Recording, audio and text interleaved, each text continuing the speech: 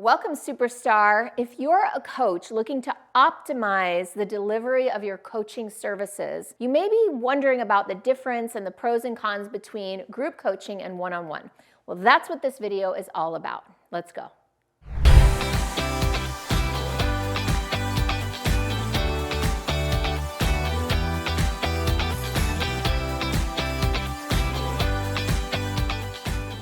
We're going to start with talking about one-on-one because that is generally the more common scenario for coaches and the one that people think has the highest value. So let's talk about some of the pros with one-on-one coaching. With one-on-one, obviously it's very personalized. You can give people a lot of attention, 100% of your attention when you speak. It's also very customized because even if you're going through a process with people, you can adjust it and be flexible because it's just that person. Another pro of one-on-one is that it's got a high perceived value.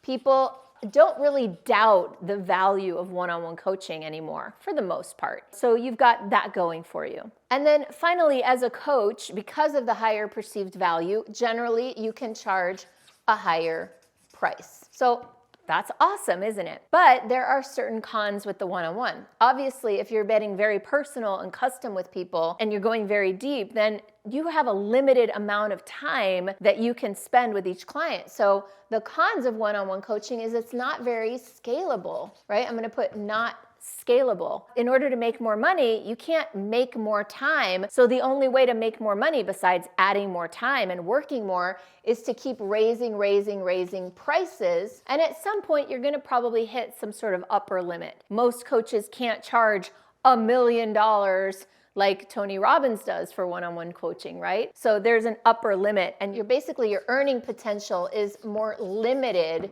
with one-on-one coaching. Another thing that happens with one-on-one coaching is you might find yourself getting a little bored because you're doing the same thing over and over again for 6 hours a day or 8 hours a day or something like that. Another thing that can happen with private one-on-one coaching is sort of a dependency where people start to become codependent on you as a coach. Or it could go the other way where it's like, okay, well, we've done this, we've had this conversation this many times, I think I'm done, right? Where they might be ready to move on because, it's just you and them and that's it, right? Whereas now we're going to start talking soon about group coaching, right? So once you kind of get to a place in your one-on-one coaching business where you're sort of at capacity and your prices are at a real premium, you might be thinking about, well, how do I scale this thing? Well, that's often when the group coaching conversation comes up. And finally, one of the things that I feel with group coaching, you may or not have had this experience, is that I think it's a heavier lift. And you might not be aware of that if you've never actually led a successful group coaching program. But in my opinion, it's on you to provide the value to the client on your own.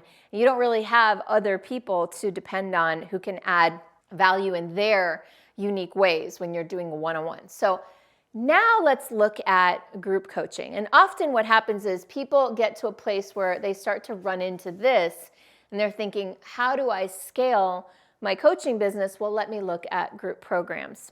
So it's pretty easy to see, especially when you're mired over here, the benefits of group coaching. I mean, right off the bat, you've got more scalability, right? It's more scalable. You can leverage your time, which gives you more freedom, right? So those are sort of the obvious off the bat things. And a lot of these pros, a lot of the group coaching can solve a lot of the problems that we run into over here. Like, so for example, you can make more money. You're able to leverage your time. You're able to take more clients at once. Boom, you can multiply your revenue without increasing your time very much at all. Another thing is that it's less boring. It's more exciting. You've got more people participating in your program. And one of the cool things, let me add that, exciting, right? It alleviates the boredom. And another thing is that you're starting to, instead of having it be all you doing the heavy lift, you can tap into others, right? So you can tap into the experiences and the best practices that other members of the group have. So there's this thing called cross-pollination that happens when people are sharing with each other, and you can really tap into that, and that's beautiful and amazing. Another thing that we can tap into and take advantage of is this kind of natural tendency that we humans have for social pressure. Now, social pressure might sound like a bad thing, but the reason we have it is because it's baked into our humanity because it serves us in a way. When we have a group, a collective doing things, there's pressure on the individual to do the things too. So if you have a coaching program, group social pressure can really help with things like accountability. So instead of you having to ask the client, did you do your homework? Are you on track? Right? The group exerts that pressure somewhat naturally. They're seeing other people do the work and get the results. Of course, that's assuming other people are doing the work and getting results, which we'll talk about that in a moment. Another thing that really supports the group culture is the idea of witnessing each other. Sorry for my spelling.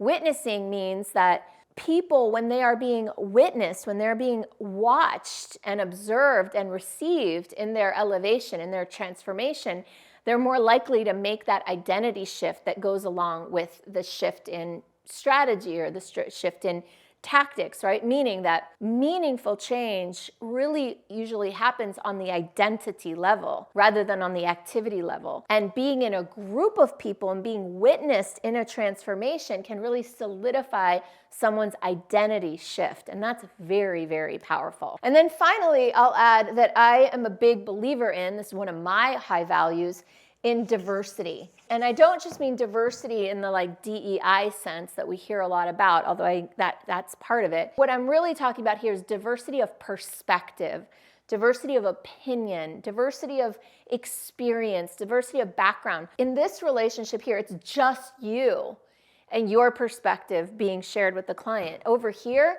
they're getting the value of seeing this diversity of perspectives. And I think that that's very valuable in business and personal development. But let's go ahead and talk about some of the cons, because this list is very long. You might think, oh my God, clearly I need to do a group coaching program. And I'm going to agree because I love group coaching. And be prepared because the cons are, they can deter you. One of the cons is that you can run into group dynamics. So group dynamics can help you, but it can also hurt you if you don't have strong standards and boundaries. So you need to have strong standards and boundaries. I'm just going to abbreviate that S&B, strong standards and boundaries. And it takes something as a leader, and I'm going to put this in the cons category, but it's also a pro, is that it requires leadership. And that, significant leadership. And I'm going to actually put that in both of these columns. Let me put an arrow this way.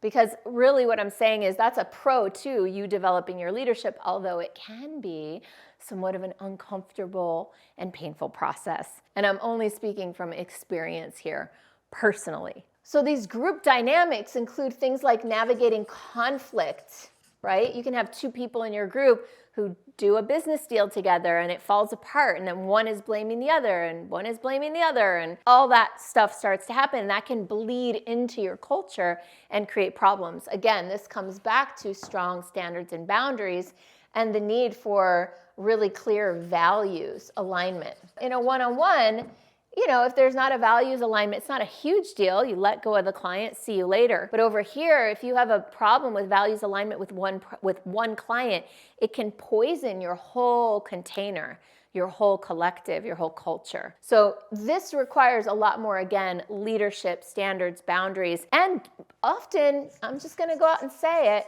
drama.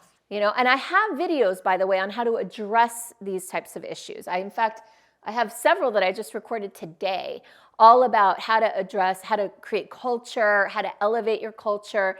Any of my videos around retention, which by the way is a challenge with group programs. Any video that I have around retention is going to address a lot of these cons. So I highly recommend going and watching those. While you're at it, like this video, subscribe to my channel. Would love to hear more from you below.